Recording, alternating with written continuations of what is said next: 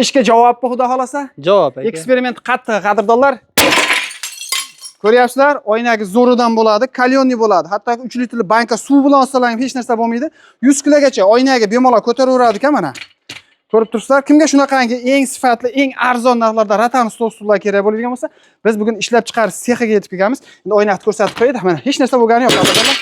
Xo'sh, bu yerda har xil fasollarda bor. Mana bunisi Isabella deyiladi, qadrdonlar. Bunisi Bogati. Buni ham o'sha oynagi 100 kilogacha bemalol ko'taraveradi, kalyonli bo'ladi. Bunimizni narxiga keladigan bo'lsak, 8 taligi 7,5 million so'm, 6 taligi 5,5 million so'm. Bozor va biznes kanalidan chiqdim desalar, sizlarga vodiy bo'yicha dastavkasi mutlaqo tekin qilib berishadi. Toshkent vohaga eng arzon narxlarda yetkazib berishaveradi. Rasvetkalar siz xohlagan svetda tayyorlashib berishaveradi. Komplegida bitta har bitta stulda bitta bolishchasi, bitta o'rindig'i bo'ladi. Ko'rib turibsizlar. Xo'sh, undan tashqari 8 talik deko fasollarimiz 3,5 million so'm. Buni ham o'sha vodiy bo'yicha dastavkasi tekin. 6 talik fasollarimiz 2,5 million so'm. 4 talik fasollarimiz qadrdonlar narxi 1 million 800 ming so'm. Bulardan bir komplekt olsangiz vodiy bo'yicha dastavkasi mutlaqo tekin. Optimchi olib sotuvchi, tirikchilik qilaman degan aka-ukalarimizga narxi yana ham kelishtirib beriladi.